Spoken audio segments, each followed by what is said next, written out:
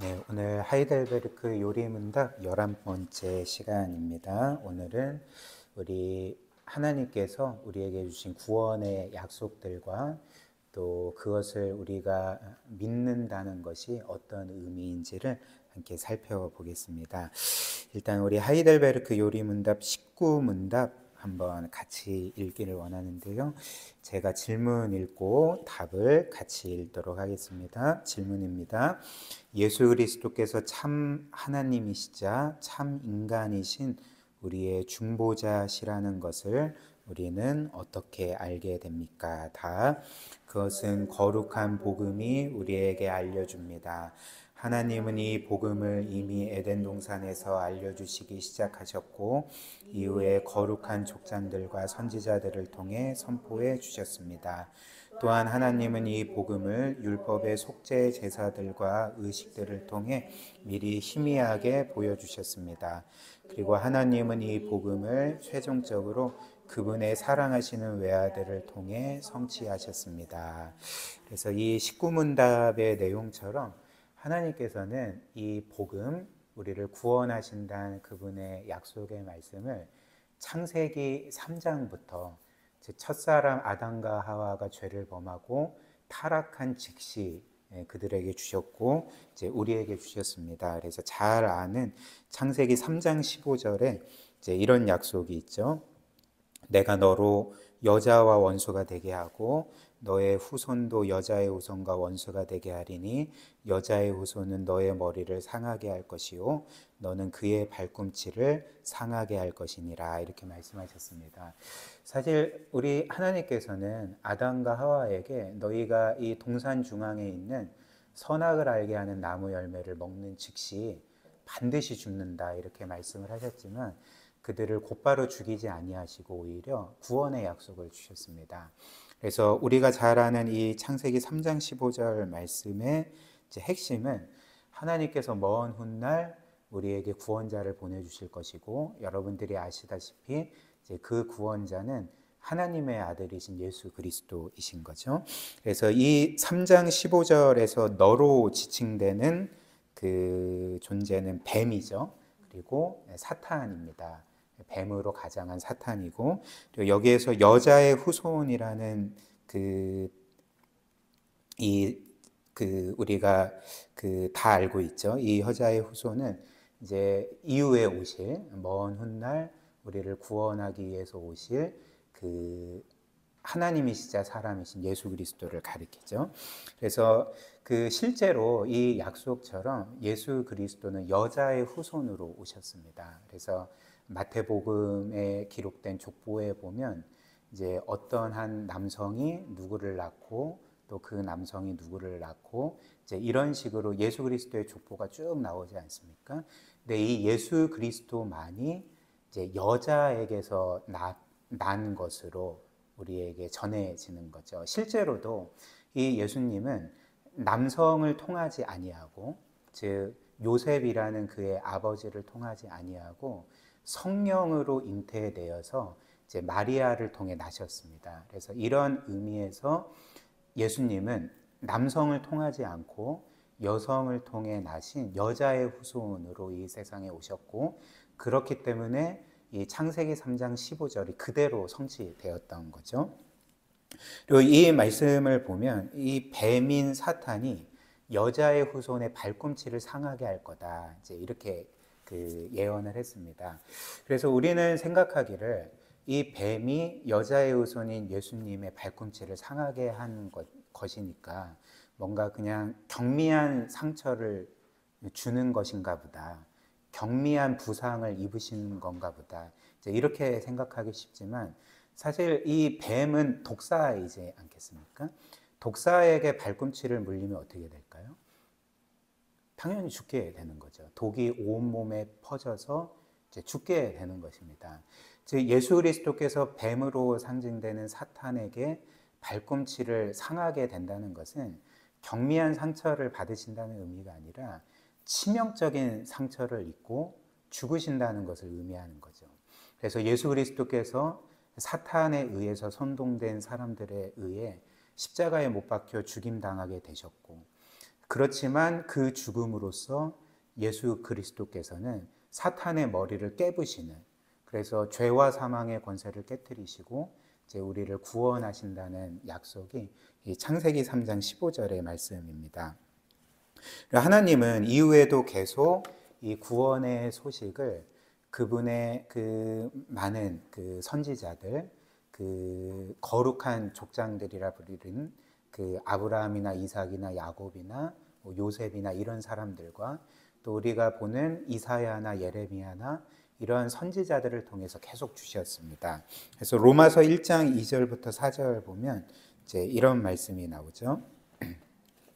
이 복음은 하나님이 선지자들을 통하여 그의 아들에 관하여 성경에 미리 약속하신 것이라. 그의 아들에 관하여 말하면 육신으로는 다윗의 혈통에서 나셨고 성결의 영으로는 죽은 자들 가운데서 부활하사 능력으로 하나님의 아들로 선포되셨으니 곧 우리 주 예수 그리스도시니라. 이렇게 말합니다.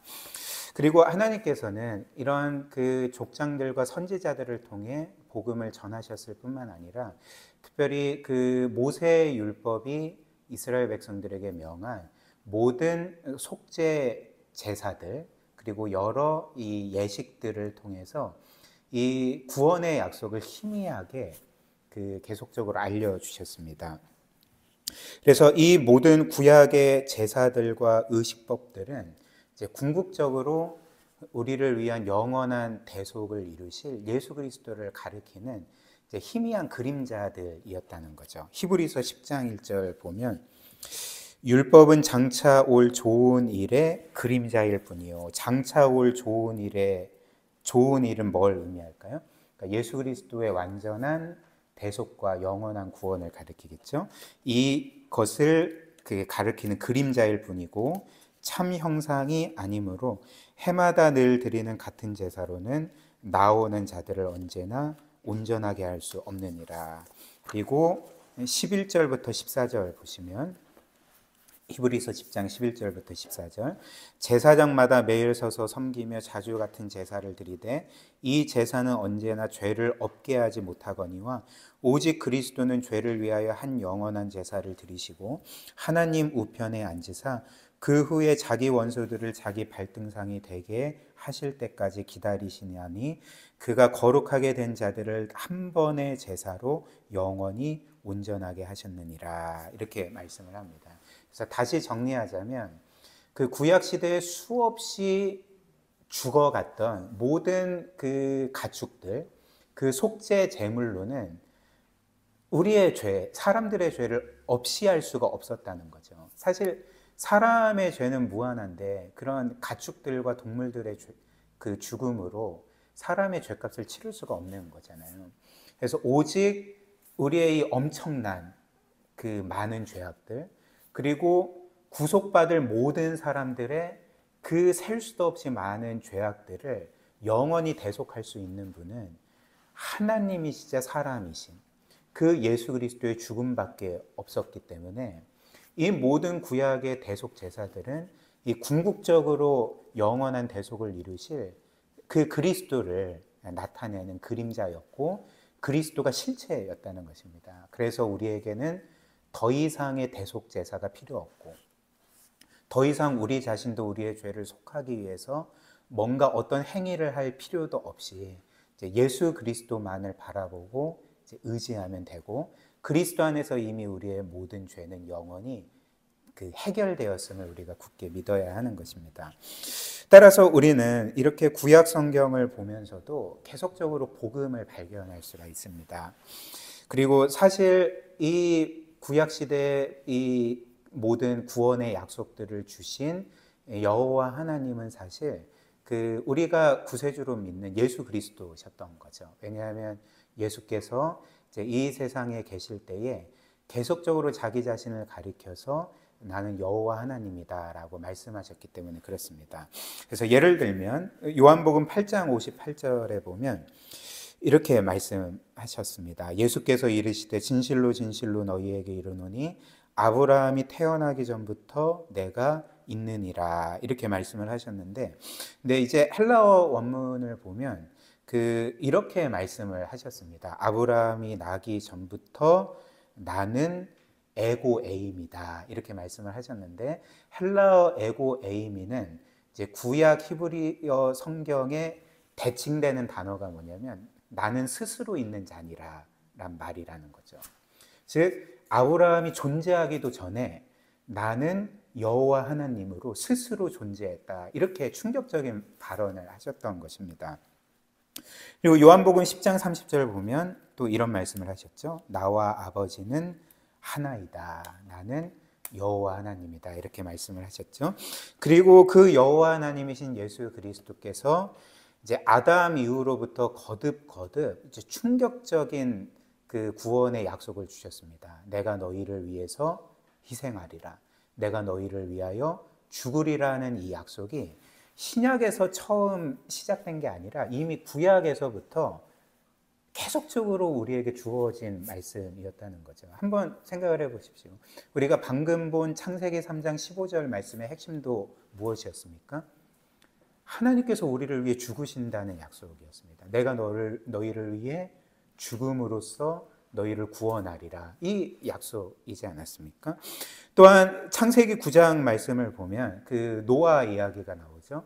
그래서 하나님께서 노아 홍수 이후에 내가 다시는 이 세상과 사람들을 물로 심판하지 않을 거다, 이렇게 약속하시고 그 약속의 징표로서 하늘에 무지개를 걸어 놓으신 거죠. 근데 우리가 창세기 강해하면서 보았던 것처럼 그 무지개라는 단어는 원래 히브리어로 활이라는 단어고요.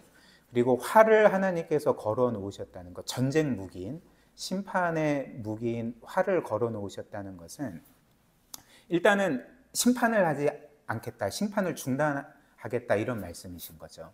근데 심판을 영영 중단하실 수는 없습니다. 왜냐하면 여전히 우리가 죄인이고 죄가 해결되지 않고 하나님의 공의의 법에 따라서는 우리는 그 하나님의 심판의 화살을 맞아야 되기 때문에 그런 거죠. 근데 하나님께서는 그 심판의 화살을 어느 방향으로 걸어 놓으셨습니까? 그러니까 이 땅이 아니라 우리를 향해서 겨누지 않고 하늘을 향하여 겨누셨는데, 이제 이 약속은 무엇이냐면 먼 훗날 나의 심판의 화살을 너희에게 쏘지 않고 내가 대신 맞겠다. 그러므로써 너희가 심판당하지 않고 구원받게 하리라, 이 약속이었던 거죠. 그래서 실제로 예수 그리스도께서 십자가 위에서 하나님의 진노와 심판을 받으셨습니다. 그것은 즉 하나님의 그 심판의 화살을 예수 그리스도께서 온몸으로 받으셔서 하나님이신 분이 죽으심으로써 우리를 구원하신 것 아니겠습니까? 또한 창세기 15장에 보면 하나님은 아브라함에게 구원과 복의 약속을 주시고, 그리고 이후에 그 약속을 확증하시기 위해서 쪼개진 고기들의 사이를 지나셨습니다. 이것도 우리가 살펴봤죠. 이제 무슨 의미였습니까? 내가 이 약속을 반드시 지키겠다. 너가 이 언약을 지키지 않으면 내가 대신 이 고기들처럼 쪼개지겠고, 내가 이 언약을 지키지 않을 시에도 이 쪼개진 고기처럼 죽을 것이다. 근데 하나님께서는 이 약속을 실제로 지키셨죠.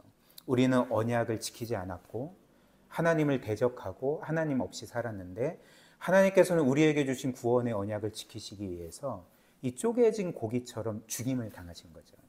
예수 그리스도께서 십자가에 못 박혀 죽임당하심으로 그분의 몸이 쪼개지셨고 피를 흘리심으로써 이 약속대로 우리를 영원히 구원하셨던 것입니다. 또 이사야 9장에 보면 하나님은 이렇게 말씀하셨습니다. 먼 훗날 아기가 태어날 것인데 그 아기의 이름은 여호와 하나님이 될 거다. 무슨 말일까요? 내가 사람이 되어서 아기의 모습으로 너희 가운데 찾아가리라, 이렇게 말씀하시고, 이제 쭉 이사야 말씀이 이어지면서 53장에 이르면 그 메시아가, 우리에게 오신 하나님이 어떤 일을 하십니까? 우리의 모든 죄짐 짊어지시고 우리를 위해 채찍에 맞으시고 우리를 위하여 십자가에 못 박혀 죽임당하심으로써 우리를 영원토록 이제 구원하신다는 예언이 담겨져 있는 거죠. 그러니까 우리가 구약 성경만 봐도 하나님은 끊임없이 내가 너희를 위해 죽겠다, 내가 너희를 위해 희생하겠다, 내가 너희를 위해 나의 생명을 내어줌으로 너희에게 영원한 생명을 안겨주겠다라는 복음으로 가득 차 있다는 것입니다. 이것이 바로 그 구약의 예언된, 구약에서 이미 하나님께서 우리에게 주신 이 구원의 약속들이라는 거죠. 그리고 이어서 하이델베르크 요리문답 20문답, 제가 질문 읽고 답을 같이 읽겠습니다.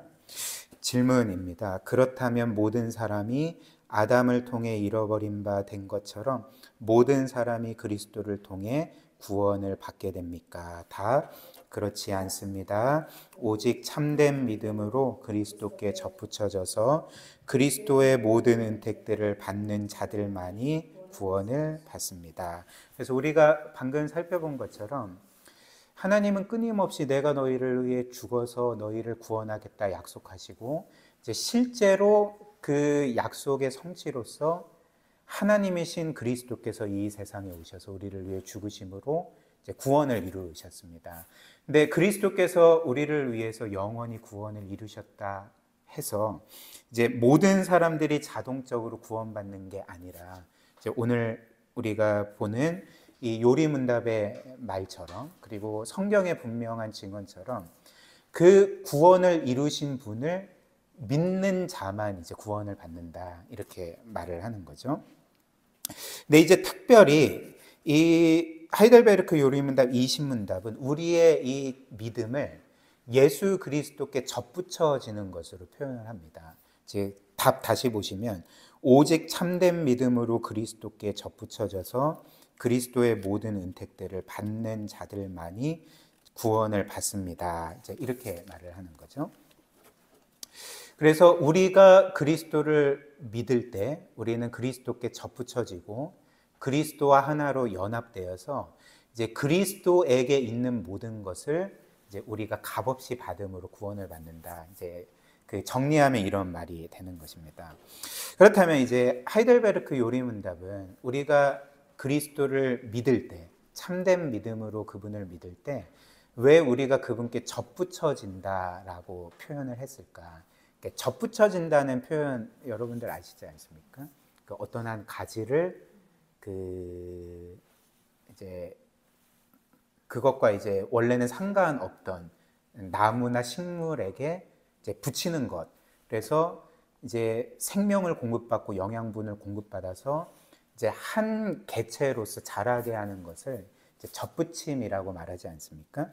근데 이제 우리가 그리스도를 믿을 때 우리가 그리스도께 그렇게 접붙여진다는 거죠. 그렇다면 이것은 그냥 이들이 만들어낸 표현인가? 이제 그렇지는 않습니다. 성경에 근거가 있는 표현입니다. 왜냐하면 성경에서 특별히 주님께서는 그분과 우리의 관계를 이제 나는 포도나무고 너희는 가지다 이렇게 표현을 하셨기 때문에 그렇습니다. 요한복음 이제 15장 5절 보면 나는 포도나무여 너희는 가지라 그가 내 안에 내가 그 안에 거하면 사람이 열매를 많이 맺나니 나를 떠나서는 너희가 아무것도 할 수 없음이라.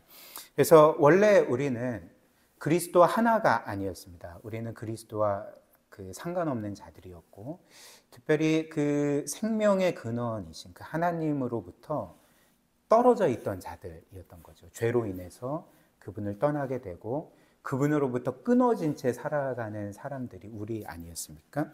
근데 우리가 그런 우리가 이제 이 예수 그리스도를 믿을 때 그분께 다시금 접붙여졌다 이렇게 말씀을 하는 거죠. 그 생명이신 포도나무에 우리가 접붙여져서 그분과 하나가 되었다라고 말씀을 합니다.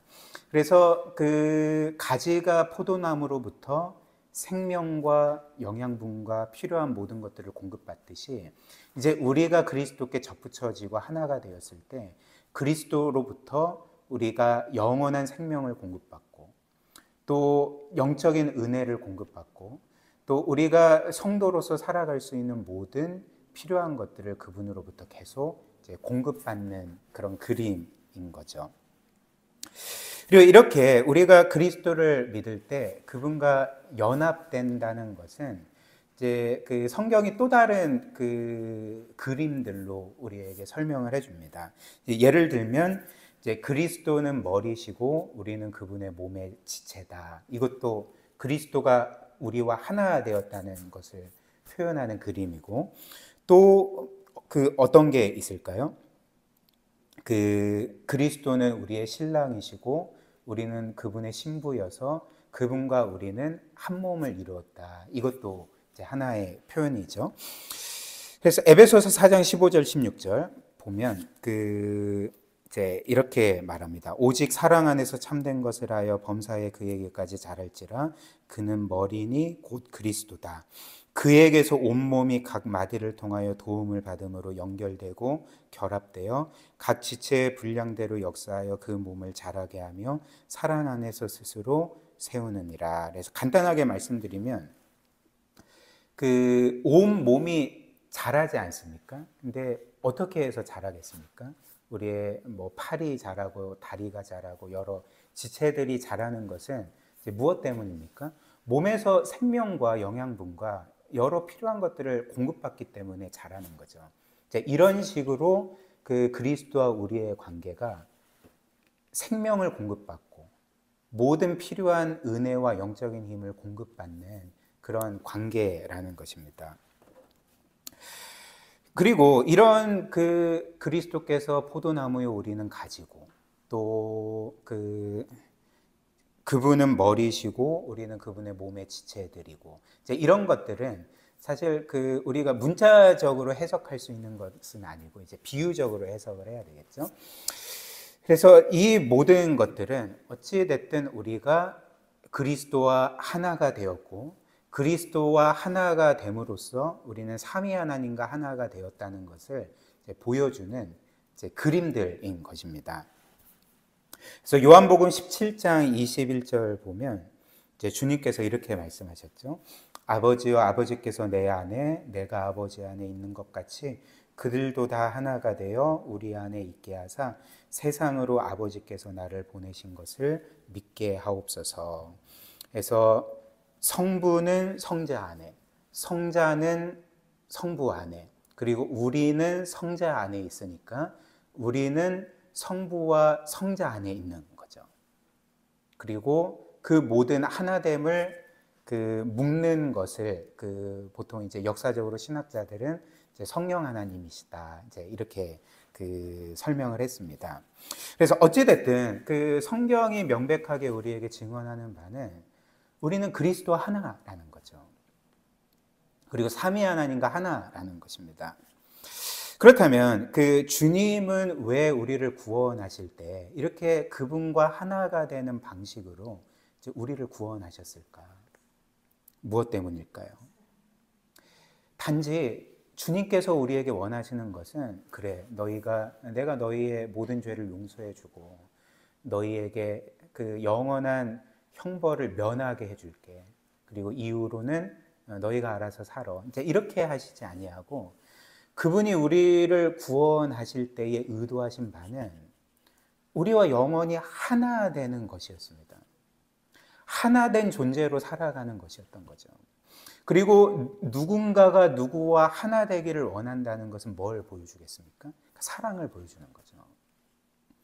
즉 하나님이 우리에게 원하시는 것은 우리를 그분과 하나로 묶으셔서 그 영원하고 무한한 사랑을 우리와 영원토록 누리게 하시는 것을 하나님께서는 원하셨던 것입니다. 그래서 성경은 그리스도께서 우리와 하나 되셨다고 할 때 그 여러 표현들 중에 하나가 그분이 우리의 신랑이 되고 우리가 그분의 신부가 되었다고 표현을 하는 거죠.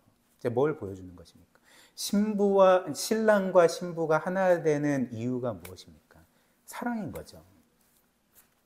에베소서 5장 25절. 남편들아 아내 사랑하기를 그리스도께서 교회를 사랑하시고 그 교회를 위하여 자신을 주신같이 하라. 또 31절 32절. 그러므로 사람이 부모를 떠나 그의 아내와 합하여 그 둘이 한 육체가 될지니 이 비밀이 크도다. 나는 그리스도와 교회에 대하여 말하노라. 처음에 제가 말씀드리기를 구약의 모든 속죄 제물들과 의식들은 궁극적인 속죄 제물이신 예수 그리스도를 가리킨다. 모든 것들이 다 그림자일 뿐이고 그리스도가 실체다 이렇게 말씀을 드렸잖아요. 근데 에베소서 5장 31, 32절이 알려주는 그 사실은 무엇이냐면 하나님께서 아담과 하와를 시작으로 세우신 이 결혼 제도가 다 그림자였을 뿐이라는 거죠. 이 모든 결혼이 그 궁극적으로 가리키는 실체는 예수 그리스도와 우리의 결혼이었다는 것입니다. 그 완벽한 연합, 완벽한 사랑, 그로 인한 완벽한 그 기쁨을 이 모든 결혼 제도를 통하여서 그 궁극적인 실체인 예수 그리스도를 가리켜 주었다는 그 말씀이 바로 이 말씀의 의미인 거죠. 그렇다면 이제 이 주제와 관련해서 마지막으로 우리가 예수 그리스도를 믿음으로 이제 그분과 그리스도와 연합되었다고 할 때 그렇다면 어떤 사람들이 그리스도와 연합될 수가 있는가? 오늘 성경은 이제 믿는 자들이 그리스도에게 접붙여지고 그분과 하나 되고 연합되게 된다. 이제 이렇게 말하지 않습니까? 근데 이제 바꿔 말하면 어떤 자들이 그리스도와 하나가 될 수 있다고 말을 하는 것입니까? 그러니까 믿는 자는 그 그리스도를 원하는 자들인 거죠. 즉 그리스도께서 복음을 통해서 우리에게 그 영원한 사랑과 은혜와 그분과 하나됨과 그 영원한 하나님의 기쁨과 사랑의 대상이 되는 것을 우리에게 제시하셨을 때 우리가 그것을 믿는다는 의미는 무엇이겠습니까? 그것을 원한다는 거죠. 하나님을 원하고 그리스도를 원하고 그분께 받아들여지기를 원하고 그분의 영원한 사랑과 기쁨이 되기를 원하고 그분과 연합된 채 영원히 살아가는 것을 원하는 자는 누구든지 그리스도께 접붙여지고 그분의 모든 은택들을 받게 된다. 이제 이렇게 말을 하는 것입니다. 그래서 요한복음 7장 37절 38절 보면 이제 주님께서 이렇게 말씀하셨습니다. 명절 끝날 곧 큰 날에 예수께서 서서 외쳐 이르시되 누구든지 목마르거든 내게로 와서 마시라. 나를 믿는 자는 성경에 이른과 같이 그 배에서 생수의 강이 흘러나오리라 하시니 이렇게 말씀하셨습니다. 주께서 약속하신 생명의 생수의 강을 누가 받을 수 있다고 말씀하셨습니까? 목마른 자는 와서 마셔라. 원하는 자는 누구든지 와라. 그에게 내가 이 생명수 강물을 줄 것이다 라고 약속을 하신 거죠. 요한계시록 22장 17절도 마찬가지입니다. 성령과 신부가 말씀하시기를 오라 하시는도다. 듣는 자도 오라 할 것이요 목마른 자도 올 것이요 또 원하는 자는 값없이 생명수를 받으라 하시더라. 이렇듯이 그리스도께 나아가서 그분께 접붙여지고 그분과 연합될 수 있는 사람은 그 예수 그리스도의 구원의 약속을 굳게 믿고 그분을 찾고 구하고 원하고 바라는 자는 누구든지 그리스도께서 그분과 하나 되는 그 구원의 은혜를 베풀어 주십니다. 이것이 바로 그 복음이 우리에게 분명히 약속하는 그 하나님의 구원 약속인 거죠. 우리 마지막으로 하이델베르크 요리문답 21문답 함께 또 읽겠습니다. 제가 질문 읽고 답을 같이 읽겠습니다. 그래서 이제 우리가 그리스도를 믿음으로 그분께 접붙여지고 연합되고 그분의 모든 것을 우리가 얻는다고 할 때 그렇다면 참된 믿음은 그분께 접붙여지는 믿음은 뭔가에 대한 이제 문답입니다. 제가 질문 읽겠습니다. 그렇다면 참된 믿음은 무엇입니까? 답. 참된 믿음은 우리로 하여금 하나님께서 성경에게 우리에게 계시해 주신 모든 것을 참된 것으로 붙들게 하는 확실한 지식일 뿐 아니라 또한 성령께서 복음으로 말미암아 내 안에 창조하시는 온 마음을 다하는 신뢰이다. 그리고 그 복음은 하나님께서 다른 사람들 뿐 아니라 또한 나에게 죄 용서와 영원한 의로움과 구원을 값없이 주셨다는 것이다.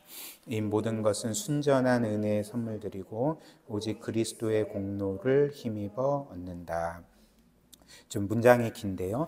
그 참된 믿음이라는 것은 첫 번째로 이제 우리로 하여금 하나님께서 성경에서 우리에게 계시해 주신 모든 것을 참된 것으로 붙들게 하는 확실한 지식이다. 이제 이렇게 말을 합니다. 더 축약을 하자면 이제 참된 믿음의 첫 번째 구성 요소는 하나님의 모든 말씀을 참된 것으로 믿는 그 지식을 의미합니다.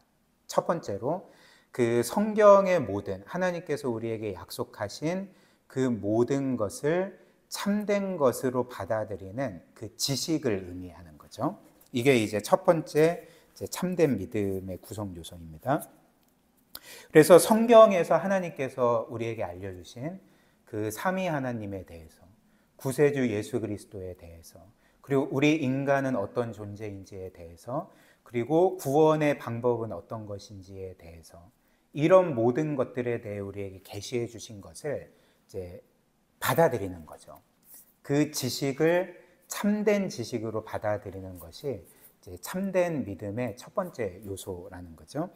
그래서 이제 예를 들면 우리가 이제 지지난주인가요? 로마서 강해에서 보았던 것처럼 그 당시 유대인들은 하나님께 대한 열심은 있었지만 그 열심이 참된 지식을 따른 게 아니었다. 이제 우리가 이런 말씀 보지 않았습니까? 그래서 그들에게는 하나님에 대한 열심은 특심인데 불타오르고 있었는데 아이러니하게도 자신들에게 오신 그 하나님이신 예수 그리스도 구세주를 거부하지 않았습니까? 그러니까 왜 거부했습니까? 올바른 지식을 따르지 않았기 때문에. 성경이 분명히 구세주 예수 그리스도에 대한 예언들을 계속 주었음에도 불구하고 그것들을 온전히 깨닫지 못했거나 이제 왜곡시켜 믿었던 거죠. 그래서 이제 그 두 가지 면에서 그들은 오류를 보냈는데, 그 첫 번째로 그들은 성경이 알려주는 하나님에 대해서 왜곡해서 믿었습니다. 그러니까 온전히 이해하지 못했죠.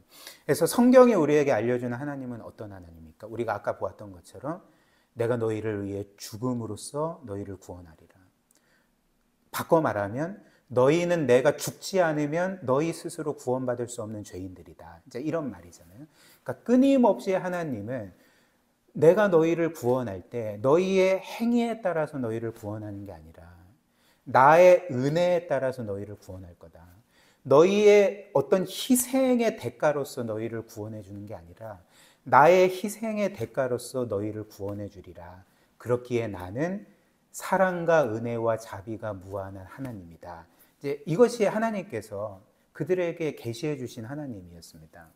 물론 죄에 대해서 진노하시고 죄를 반드시 벌하시는 공의의 하나님도 알려주셨지만 그분은 사랑과 은혜와 자비의 하나님이고 우리를 그분의 희생으로 구원하시는 하나님이라고 계시해 주셨지만 이제 유대인들이 믿었던 하나님은 어떤 하나님입니까? 사람들을 그들의 행위에 따라서 구원하시든지 심판하시는 하나님. 그래서 죄인들은 가차없이 심판하시는 하나님. 이제 이렇게만 믿었던 거죠. 그리고 그들은 이제 성경이 하나님에 대해 알려주는 사실뿐만 아니라 사람에 대해서 알려주는 사실을 왜곡해서 믿었습니다. 그리고 일정 부분 그것들을 받아들이지 않았던 거죠. 성경은 사람에 대해서 어떻게 말합니까? 성경은 사람에 대해서 시종일관 사람은 아무 소망이 없다. 사람은 하나님 앞에 죄인일 뿐이고 그리고 사람은 그의 행위로는 결코 구원받을 수가 없는 그런 너무나도 소망 없는 비참한 존재다. 이게 성경이 사람에 대해서 끊임없이 알려주는 그 사실입니다. 근데 이제 그들은 어떻게 생각을 했을까요? 사람이 죄를 범하기는 하지만 어느 정도의 선함과 의로움의 그 능력이 있어서 어느 정도 자기의 힘으로 율법을 잘 지키면 의를 얻어서 이제 구원을 얻을 수 있다. 이제 이렇게 생각을 했던 거죠. 그래서 성경이 말하는 의인은 하나도 없고 그 누구도 자신의 행위로는 구원받을 수가 없고 그들의 최상의 의로움이라 할지라도 더러운 하나님께는 더러운 옷과 같다라는 그 진리의 말씀을 그들은 믿지 않거나 혹은 그것들은 다른 사람들에게는 해당되지만 나에게는 해당되지 않는다라고 이제 생각을 했던 것입니다. 그래서 이제 그 결과 어떻게 되었을까요? 이제 예수 그리스도를 받아들일 수가 없었던 거죠. 그들은 자신들에게 오신 그 하나님이신 구세주 예수 그리스도를 거부했고 십자가에 못 박아 버렸던 것입니다. 왜냐하면 그리스도의 말씀을 인정하면 자신들이 죄인임을 인정하는 것이 되기 때문에, 그리스도께서 십자가를 통해서만 자신들을 구원하신다는 그 사실은 바꿔 말하면 자신들은 이처럼 희망 없는 존재일 뿐이라는 것을 인정하는 꼴이 되는데, 그것들을 그들은 결코 인정할 수가 없었던 것입니다. 그래서 그리스도를 십자가에 못 박고 죽임으로써 도리어 하나님께 열심을 가졌던 그들이 하나님을 거부하게 된 그런 그 비참함에 이르게 되었던 거죠. 이렇듯이 이 참 믿음이라는 것은 성경이 우리에게 알려주는 그 하나님의 말씀을 온전히 이해하고 깨닫고 믿는 것, 이것이 이제 첫 번째로 그 성경이 우리에게 알려주는 참된 믿음의 이제 그 구성 요소 중에 첫 번째라는 거죠. 그래서 사실 우리가 이 성경의 올바른 지식을 깨닫고 이해할 때 우리는 어떻게 알 수밖에 없겠습니까? 일단 우리는 우리 자신에 대해서 모든 소망을 내려놓게 됩니다. 그 성경의 빛에 따라서 우리 자신을 볼 때 우리는 하나님께 내가 정말 하나님이 죽으셔야지만 구원받을 수밖에 없는 그 심각한 죄인임을 고백할 수밖에 없고, 이제 내가 내 자신의 구원을 위해 뭔가를 하려는 모든 시도들을 내려놓고 오직 하나님의 그 은혜만을 구하게 되는 거죠. 그리고 또 그 동시에 이러한 희망 없는 나를 위해서 죽으신 그 예수 그리스도만을 전적으로 의지하고 신뢰하고 그분만을 나의 구세주로 받아들이는 그런 믿음으로써 우리는 이제 구원에 이르게 되지 않겠습니까? 그리고 이제 마지막으로 두 번째로 참된 믿음은 이렇게 말합니다. 또한 성령께서 복음으로 말미암아 내 안에 창조하시는 온 마음을 다하는 신뢰이다. 그래서 첫 번째는 성경이 우리에게 알려주는 그 모든 것들을 온전히 받아들이는 참된 지식이고, 두 번째는 예수 그리스도를 믿을 때 단지 믿는 것이 아니라 그분을 신뢰하는 것이라고, 온 마음을 다해 신뢰하는 것이라고 말합니다. 그래서 우리가 어떤 것을 믿는 것과 신뢰하는 것은 조금 다릅니다. 어떤 것을 믿는 것과 신뢰하는 것은 이제 좀 다른 거죠. 일단은 신뢰라는 것은 인격적인 대상을 향해서 우리가 가지는 거고요. 그래서 어떤 대상을 신뢰한다는 것은 뭘 의미하겠습니까? 이 사람이 나를 결코 버리지 않을 거야. 나를 내치지 않을 거야. 나를 끝까지 받아줄 거야. 라는 것을 가리켜서 우리는 이제 신뢰라고 말하지 않겠습니까? 그러니까 제가 적어드린 것처럼 예를 들면 어떤 한 사람이 내 아버지라고 믿는 것과 그 사람을 내 아버지로 신뢰하는 것은 조금 다른 거죠. 이 사람을 내 아버지로 믿는 것은 혈육상으로 이 사람이 나의 아버지구나, 이거를 믿는 거지만, 그 사람을 내 아버지로 신뢰한다는 것은 그 사람이 혈육상으로 내 아버지인 것을 믿을 뿐만 아니라 이 아버지는 나를 끝까지 사랑할 거야. 나를 결코 내치지 않을 거야. 나를 끝까지 책임질 거고 나를 끝까지 받아줄 거야. 라는 것을 믿고 신뢰하는 것을 의미하는 거죠. 이것이 이제 믿음과 신뢰의 차이입니다. 근데 성경이 우리에게 말하는 바는 우리가 예수 그리스도를 믿는다는 것은 단지 믿을 뿐만 아니라 그분을 신뢰하는 것을 의미한다는 거죠. 즉 그분의 약속의 말씀처럼 나를 끝까지 영원토록 사랑하신다는 것과 나와 영원히 함께 하신다는 것과 어떤 상황에서도 나를 내치거나 버리지 아니하실 것을 굳게 믿고 그분을 신뢰하고 의지하고, 그리고 어떤 면에서는 확신을 가지고 그분 안에 거하고 참 안식을 누리는 것을 가리켜서 이제 성경은 이제 신뢰라고 말을 합니다. 그렇다면 이제 진짜 마지막으로 우리는 예수 그리스도를 어떻게 신뢰할 수 있을까요? 우리는 예수 그리스도를 믿지만 때로는 그분을 신뢰하지 못할 때가 있습니다. 그렇다면 우리는 그리스도를 어떻게 신뢰할 수 있겠습니까? 그리스도께서 우리를 위해 행하신 그 모든 일들, 특별히 그분이 우리를 위하여 죽으신 것을 우리가 바라볼 때, 그리고 그것과 관련해서 그분이 우리에게 주신 약속을 우리가 끊임없이 바라보고 믿어야 한다는 거죠. 요한복음 10장 11절 보면 주님이 이렇게 말씀하십니다. 나는 선한 목자라. 선한 목자는 양들을 위하여 목숨을 버린다. 28절. 내가 그들에게 영생을 주노니 영원히 멸망하지 아니할 것이요 또 그들을 내 손에서 빼앗을 자가 없느니라. 이렇게 말씀하셨습니다.